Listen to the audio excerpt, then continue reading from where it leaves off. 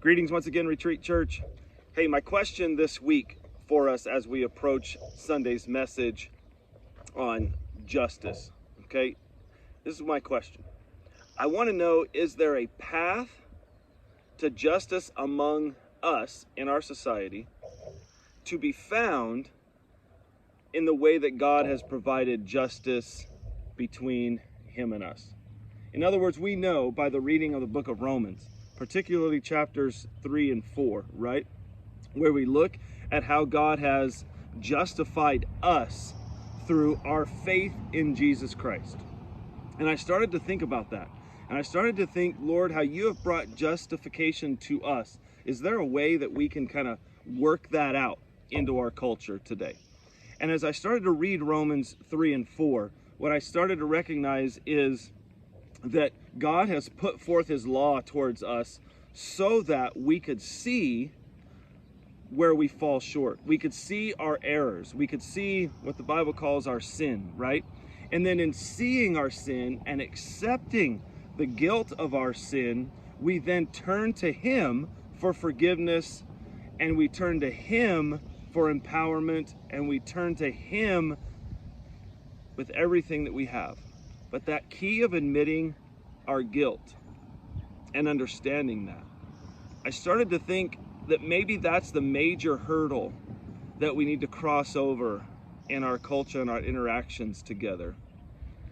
That until people that have committed sins against one another, until we start recognizing our part in that and recognizing our guilt where it is present, we will really have no justice. And I started to think about how they understood justice in that Roman world.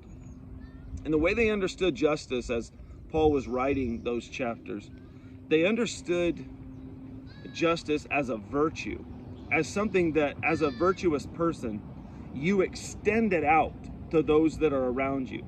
And as a just person, you extended whatever was necessary for the good and the benefit of the other, because you were a just person. You were a person who wanted justice, and you weren't waiting to gain justice, or you weren't grabbing at justice, or you weren't demanding justice. You were extending it to the other person. And that is what God was doing for me and you. In the giving of the law, he was extending that first step in justification.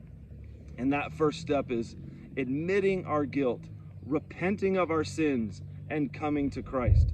Now, what would happen in your sphere of influence, and what would happen in our society if we return to that perspective and that understanding of justice, that we started extending that to other people?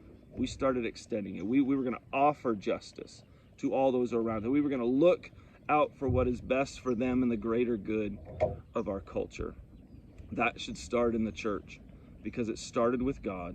It started with God's law. It started with him extending that out to us, and then extending the grace possible that allows us to admit our guilt, put our trust and faith in Jesus, and return to him. I believe that you and I could be a part of God extending his justice to the larger culture. But it starts with understanding our own guilt, and then changing our definition of justice as something that we need to grasp hold as a right of our own, and pull that back to ourselves out of other people, and we'll start extending that. So what would happen if the church, I want to ask you to dream with me, what would happen in the church if we owned our own guilt, we put our trust in Jesus, and we extended justice to others? I believe we'd see a radical change, and I'm excited that it can start in the house of God. God bless you.